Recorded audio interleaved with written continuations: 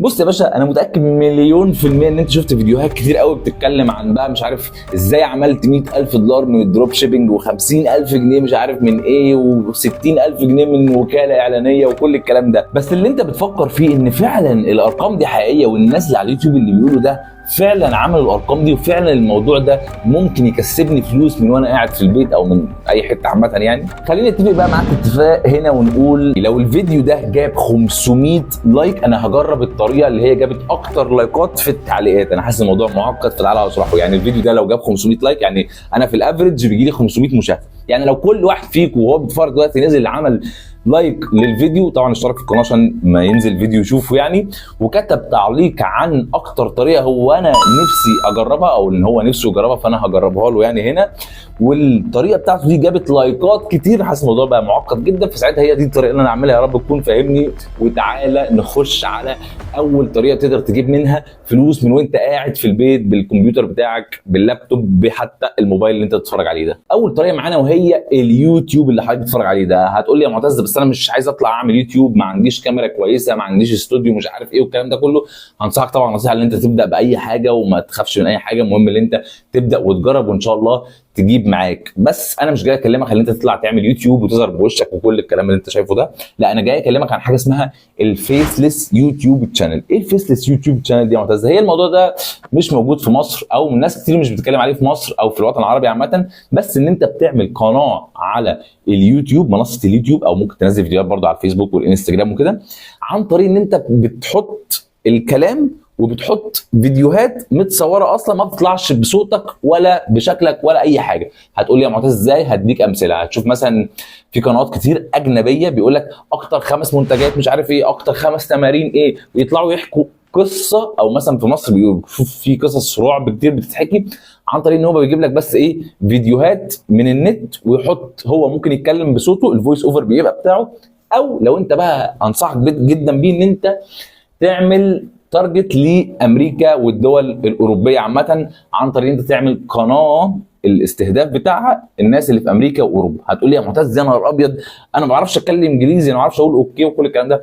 طبعا اقول لك ان تعلم الانجليزي حاجه مهمه جدا يعني، انصحك تتعلمها، بس انت مش تعمل اي حاجه بصوتك. في ابلكيشنز او سوفت ويرز او شركات عامه تديهم النص بالانجليزي وهم بيحولوه الى صوت، وتختار كمان الصوت اللي انت حابب تعمله. هتقول لي يا لهوي يا معتز انا ما بعرفش اكتب انجليزي ولا بقرا انجليزي ولا اي الكلام ده. هقول لك طبعا انصحك تتعلم انجليزي، بس تقدر تخش دلوقتي بقى على تشات جي بي تي وفي مواقع كتير قوي بتقول لهم عايز اعمل اكتب لي مثلا فيديو يوتيوب مدته 10 دقائق، ربع ساعه، ثلث ساعه، وهو بيكتبه لك كله بالانجليزي. فانت تاخد الكلام ده هتحطه على الابلكيشنز اللي هي بتحول النص اللي هو الكلام المكتوب الى صوت. من اشهرهم طبعا حاجه اسمها 11 لابس، ده باشتراك شهري بس انت تقدر تبدا بيه برده. في حاجات مجانيه كده بتديك اللي هي حاجه مؤقته مش عارف يعني كام كلمه تقدر تكتبها، بس تقدر تجرب بيها. ودلوقتي احنا بقى معانا الصوت، فاضل لنا الصوره. هتخش على المواقع اللي هي اسمها ستوك فوتج، الحاجات اللي هي مجانيه. بتشوف بقى انت القصه بتاعتك بتتكلم عن ايه، بتتكلم عن رعب، فتقعد تدور على فيديوهات او صور لحاجات مرعبه بقى والحاجات دي كلها، وتحط في الاخر كل الكلام ده على برنامج اديتنج زي كاب كات او ادوبي بريمير او ايا كان بقى بتستخدمه او هتعرف تستخدمه على موبايلك او على الكمبيوتر او على اللابتوب ولا ايا كان.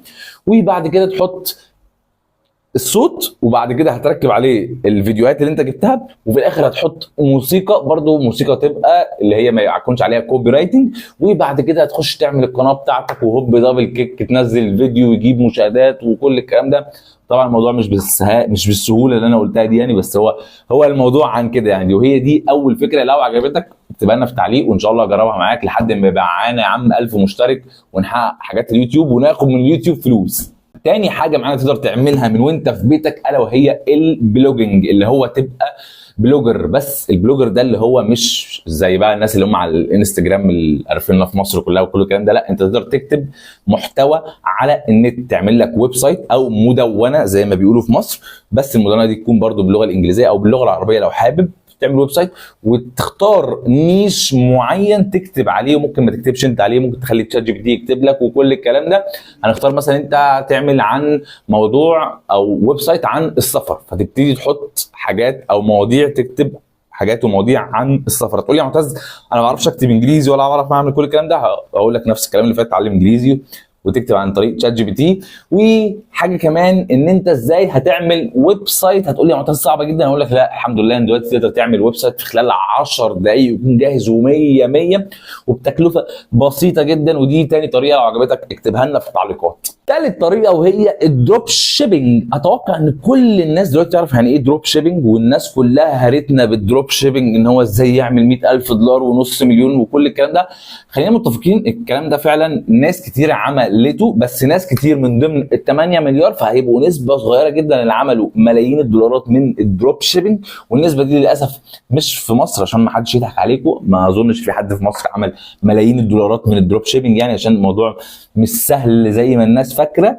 بس الدروب شيبنج باختصار ان انت بتعمل موقع الكتروني برضو، والموقع ده بتختار منتجات تبيعها عليه او منتج واحد تبيعها عليه، وتستهدف برضو الناس اللي في امريكا وفي اوروبا وكل الكلام ده. وما حد يشتري منك المنتج ده انت بتجيبه من الصين او من مورد رخيص في امريكا، وبتحط العنوان بتاع الراجل اللي اشترى منك ده، تديه للراجل اللي في الصين تقول له بعد اذنك وصل لي المنتج ده على العنوان ده، وانت هتكون وسيط في النص ما بينهم، تدفع تاخد الفلوس من الراجل وتدفع للراجل اللي في الصين وتاخد انت الفرق. هنقول مثلا انت هتجيب منتج ب $3 وهتبيعه ب $15 و$20 وهتعمل مش عارف ماركتنج ومش عارف، فانت هيكسب لك $10 $12، ده مكسبك. بس الموضوع مش سهل بس مش مستحيل. فلو عايز نجرب سلسله الدروب شيبنج، انا نفسي جدا اعمل الموضوع ده بجد. يعني انا عملت قبل كده دروب شيبنج بس طبعا ما نجحتش فيه، بس نفسي اجرب الموضوع ده من جديد الصراحه، عشان دلوقتي بقى عندي معرفه اكتر عن الدروب شيبنج. فلو انت عايز يبقى عندك معرفه وازاي نعمل متجر دروب شيبنج وكل الكلام الجامد ده، اكتب لنا في التعليقات عشان نعمل الموضوع ده يا باشا. وبعد كده عندنا رابع طريقه وهي الافيليت ماركتنج. انا كنت عملت فيديو عن الافيليت ماركتنج ده، وقلت ان الفيديو ده مش عارف برضو لو جاب 500 لايك باين وما جابش، او مش فاكر 100 لايك ولا 500 لايك. انا هسيب لك الفيديو هنا ممكن تخش تتفرج عليه، وممكن تعمل لايكات على الفيديو بتاع الافيليت ماركتنج ده عشان تطلعه، عشان نلحق نعمله هناك. هيبقى اسهل يعني لو عملت لايكات على الافيليت ماركتنج، عشان هو اوريدي جايب لايكات عاليه، فانت تخش عشان نلحق نجربه يعني. بس ايه هو الافيليت ماركتنج ده او التسويق بالعموله؟ التسويق بالعموله ده يا استاذ ان انا عندي منتج، وليكن انا معايا اللابتوب ده، انا شركه بصنع اللابتوب ده، فاللابتوب ده مثلا ب $1000، فانا هو تكلفته يا عم مثلا نقول $800 تكلفته انا عليا كمصنع، بس انا بعمل ماركتنج او عشان اجيب عميل يشتري اللابتوب ده بدفع $100. طب ما انا بعمل بدل ما اعمل الماركتنج اخلي الناس هي اللي تعمل لي الماركتنج واديهم $50، فساعتها يبقى انا اللي كسبان وهم كسبانين وكلنا كسبانين. فانت نفس الكلام، انت بتشوف شركات معينه بتكون عامله حوار التسويق بالعموله ده، في شركات مصريه وفي شركات اجنبيه وكل الكلام ده، على حسب انت بقى تختار انهي اسهل لك، وتروح تقول لهم يا جماعه انا ممكن اسوق لكم المنتجات بتاعتكم وهتدوني نسبه. في ساعتها يقول لك ماشي هنديك نسبه 10% 20%، او هنديك على كل منتج هيتباع رقم كذا على طول مش نسبه. في بقى امازون وفي نون ومش عارف في كل الكلام ده في مصر. فالافيليت ماركتنج باختصار ان انت بتسوق لناس المنتجات بتاعتهم، وما حد يشتري المنتج من خلال الرابط بتاعك او من خلالك بتاخد انت نسبه او فلوس. وبعد كده عندنا خامس حاجه الا وهي الاس ام ام اي، سوشيال ميديا ماركتنج ايجنسي، وكاله تسويقيه او وكاله اعلانيه على حسب انت هتسميها ايه. انت بتكون بتعرف تعمل حاجه او ما تعرفش تعمل حاجه، بس هنقولها قدام. بتعرف مثلا تعمل كوبي رايتنج، او بتعرف تعمل ديزاين، او بتعرف تعمل اديتنج، او بتعرف تعمل ويب سايت، او بتعرف تعمل اعلانات. فتروح للشركات او المحلات او ايا كان تقول لهم ايه رايكم، انا شايف ان انتم ما عندكوش ويب سايت، وانا شايف ان الويب سايت انتوا لو عملتوه هيزود مبيعاتكم بنسبه 66% مثلا يعني. وتروح انت تعمل لهم ويب سايت جامد موت ومش عارف ايه بتاع. انت بتعرف تعمل ويب سايت وتاخد منهم على الويب سايت اللي انت بتعمله ده 100 جنيه ولا 500 جنيه ولا 1000 جنيه شهريا، عشان انت اللي ماسك الويب سايت بتاعهم. فانت ماسك الويب سايت بتاع الشركه دي والشركه دي والشركه دي، وبتعرف تعمل اعلانات، فتروح تعمل اعلانات للشركه دي والشركه دي والشركه دي. فانت تكون راجل جامد جدا، عندك بيزنس، بتعرف تعمل كل حاجه. وما تبتدي تكبر البيزنس بتاعك او شركات كتير تجي لك، فتبتدي تجي لك ناس، وهي دي الوكاله التسويقيه. هي موجوده ومشهوره اكتر بره طبعا. راجل اسمه ايمان جاتزي ده البابا بتاع المجال في الحته دي يعني، وبيدي كورس مش عارف ب $2000 عن الموضوع ده يعني.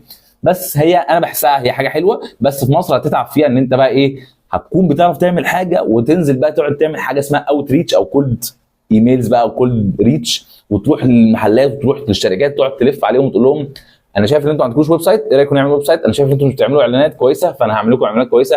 انا شايف ان انتم ما عندكوش كوبي رايتر كويس بيكتب محتوى كويس، فانا هكتب لكم الموضوع ده، وتبتدي تمسك كذا شركه مع بعض. سادس حاجه تقدر تجيب لك فلوس من البيت بس يكون معاك فلوس، الا وهي الانفستنج، الاستثمار. بتكلم عن استثمار، ما تعرفش عن استثمار في البورصه، انا عملت كذا 400 فيديو عن موضوع الاستثمار ده، تقدر تخش تشوفه. بس في الاخر انت بتستثمر في البورصه حتى لو 1000 جنيه، بس 1000 جنيه مش هتخليك تشتغل كده من البيت، بس اهو مصدر دخل زياده يعني عامه. فبحس ان الاستثمار هيجيب لك فلوس كتير، اللي انت تكون قاعد في البيت ما بتشتغلش حاجه غير الاستثمار، فلازم تكون معاك فلوس كتير قوي، اللي هي بتجيب لك كل يوم عائد بقى، لو انت بتتريد اللي انت بتعمل تداول وكل الكلام ده، او لو انت بتستثمر بس تكون معاك فلوس كبيره يعني. بس لو انت بقى ابتديت في المشاريع اللي احنا اتكلمنا فيها او اللي هنتكلم فيها قدام، وابتدى يبقى معاك فلوس زياده، فلازم تستثمرها عشان الفلوس دي تفضل محافظه على قيمتها وبتزيد مع الوقت وكل الكلام ده، وبتنوع مصادر الحاجات دي كلها. لو حابين برضو نعمل يعني حاجه ما جربتهاش قبل كده الصراحه، بس نعمل موضوع ان الواحد يستثمر، يحط مثلا 1000 جنيه وشوف بقى في خلال شهر هيبقوا قد ايه، ولا يحط 10000 جنيه في خلال شهر هيبقوا قد ايه، واستثمر ازاي وكل الكلام ده. ممكن تكتبوا لنا في التعليقات برضو ونعمل الموضوع ده، هيبقى جامد يعني. ما اعرفش يعني، مش عارف هتصورها ازاي الصراحه، بس ممكن نعمله برضو يعني. سابع نقطة ألا وهي الدروب سيرفيسنج. الدروب سيرفيسنج ده باختصار نفس الاس ام ام اي، بس مش انت اللي بقى اللي بتعمل حاجة، انت بتروح للشركات تقول لهم احنا بنقدم 1 2 3 4 5 6 الخدمات دي كلها، فيقول لك الله انا عاجبني الخدمه بتاعه الويب سايت، فتقول له خلاص انا عندي حد بتاع ويب سايت جامد جدا ومش عارف ايه، او احنا هنعمل لك ويب سايت جامد جدا وانت ما بتعرفش تعمل ويب سايت اصلا، يقول لك خلاص هديك $500 على الموضوع بتاع الويب سايت ده. فتقول تمام ماشي حلو قوي، وتروح تشوف حد بيعرف يعمل ويب سايت بسعر $200 وانت تاخد ال $300 الفرق، فانت يعتبر وسيط، بس انت مش معرف الراجل ده ولا معرف الراجل ده ان انت الوسيط، فتاخد فلوس من هنا وتاخد فلوس هنا. انا ما اعرفش الموضوع ده ممكن يبقى حرام ولا ايه، بس ما اظنش، مش عارف يعني، الا بقى لو انت معرف الراجل. انت ممكن تقول له احنا عندنا ناس بتشتغل كده، وتروح تقول للراجل ده انت هتشتغل معايا، فساعتها مش هتبقى حرام على ما اظن.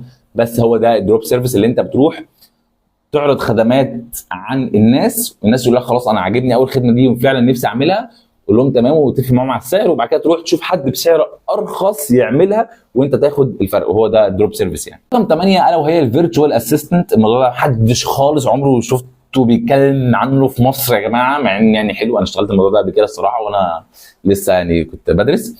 الا هو عباره عن ان انت بتشوف حد جامد او حد معاه فلوس او حد زي انت تبقى سكرتير من الاخر يعني، بس سكرتير فيرتشوال اللي هو افتراضي او مش افتراضي، اللي هو يعني اونلاين يعني من الاخر، وبتشوف الايميلات بتاعته، بتشوف الميتنجز بتاعته بتاعت كل يوم يبقى عنده ايه وكل الكلام ده. مفيش حد في مصر هيعمل لك كده الصراحه، بس لازم يكون عندك الانجليش بتاعك كويس جدا، وتبتدي تقدم على لينكد ان او تريتش اوت لناس انفلونسرز مثلا بره هم بيكونوا محتاجين الموضوع ده، وتبتدي بقى تشوف الايميلات اللي بتجي لهم ترد عليها، وتروح تقول لهم ايه الحاجات المهمه، لو عندهم ميتنجز مهمه تفكرهم بيها، وتبتدي تشوف يومهم هيبقى عامل ازاي. هي مش شغلانه عيب خالص يا جماعه خالص والله، انا مش عارف الناس بتكون فاكره ان هي عيب، بس هي هتفتح لك سكه علاقات كبيره قوي مع الناس، وفي نفس الوقت هتزود الانجليش بتاعك لو انت عندك انجليش كويس وتبتدي تشتغل مع ناس، فهتزود الانجليش بتاعك. الهنود الصراحه مسيطرين على الموضوع ده، بس انت ممكن تخش في حته اللي هو ايه، انت شاطر وبتعرف تعمل الموضوع ده كويس بجد واجتهاد وتعرض خدماتك، هتبقى جامد ان شاء الله وربنا يوفقك يا باشا. رقم 9 والا وهي اللي انت تعمل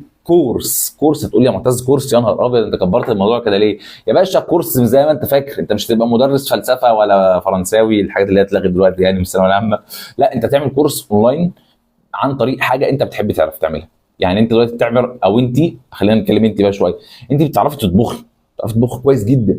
في بنات كتير قوي انا اعرفهم ما بيعرفوش يطبخوا، اقول لهم طب هتتجوزوا ازاي وهتعملوا ايه مش عارف ايه، فيقعدوا يقول لك هنطلب دليفري ويقعدوا يضحكوا. فالحوار الطبخ ده مهم عامه يعني. فانت بتعرفي تطبخي، فهتبتدي تعملي كورس اونلاين كامل ب 500 جنيه عن اساسيات الطبخ، وازاي تعرفي تعملي 10 اكلات اساسيه، الا وهي الرز والمكرونه والملوخيه والفاصوليا وصينيه بطاطس المحشي وكل الكلام ده. بعد ما تخلصي الكورس هتعرفي تعملي الاكلات دي كلها. فانا لو بنت وما اعرفش اطبخ هعمل الموضوع ده جدا، هروح معاكي الموضوع ده جدا، عشان انا الكورس بتاعك لو ب 2000 جنيه هيوفر عليا كتير قوي فلوس دليفري انا بجيبها من بره، واكل بجيبه من بره اما اتجوز، او حتى لو انا لسه سيده عازبه عايشه بره مثلا، او انا شخص ولد عايش بره وما بعرفش اطبخ وعايز اطبخ عشان اوفر وكل الكلام ده، فهاخد الكورس بتاعك ب 2000 جنيه او ب 1000 جنيه ب 3000 جنيه ايا كان، وهعمله. انت الكورس ده هتصوريه مره واحده بس، وهيبتدي يتباع لمده 5 سنين قدام. او انت لو بتعرف تعمل اي حاجه انا مثلا معتز بعرف اعمل كوبي رايتنج او بتكلم في الماركتنج عامه، فانا عامل كورس، هتلاقي كورس تحت هتلاقيه على يوديمي، ده بتاع الكوبي رايتنج ده هتلاقيه بفلوس، والماركتنج ده انا عامله ببلاش. فده كورس موجود على يوديمي بيجيب لي فلوس، لو اي حد اشترك في الكوبي رايتنج باخد فلوس، وطبعا يوديمي بتاخد فلوس وانا باخد فلوس وكل الكلام ده. فالموضوع كويس جدا. فانت لو عندك اي حاجه بتعرف تعملها، اي حاجه، عارف انت في ناس بتدي كورسات في حاجات غريبه، في حاجات غريبه جدا، فانت لو بتعرف تعمل اي حاجه بنسبه، بيقول لك لو انت تعرف تعمل الخدمه دي بنسبه 10% اكتر من الشخص العادي، فانت كده ممكن تدي كورس، يعني تدي كورس في الاساسيات ما تتحورش يعني. بس يعني فالكورس ده جامد جدا، وتقدر تسعره مثلا بسعره 100 جنيه 500 جنيه ايا كان، ويبتدي يقعد يبيع لك 500 سنه قدام، وانت صورته مره واحده بس. ممكن بقى تعمل له ماركتنج كل الكلام ده. فلو حابين برضو الطريقه دي ممكن تكتبوا لنا في التعليقات. اخر حاجه معانا الا وهي الديجيتال برودكتس او المنتجات الرقميه. الموضوع ده برضو مش منتشر في مصر للاسف، بس الكتب منتجات رقميه، الكورسات تعتبر منتجات رقميه، حاجات بقى ما اعرفش البي دي افس بقى، الحاجات النوشن تمبلتس دي منتجات رقميه. اي حاجه انت بتعملها اونلاين وبتبيعها اونلاين تبقى منتج رقمي. فانت ممكن تقعد تكتب كده مع نفسك كتاب صغير 30 صفحه 50 صفحه في حاجه انت بتعرف تعملها. لو انت مثلا نفس الكلام بتعملي طبخات، ممكن تعملي كتاب الوصفات بتاع الاكل وتبيعيه ب $5 او ب $10 او ب 500 جنيه ايا كان.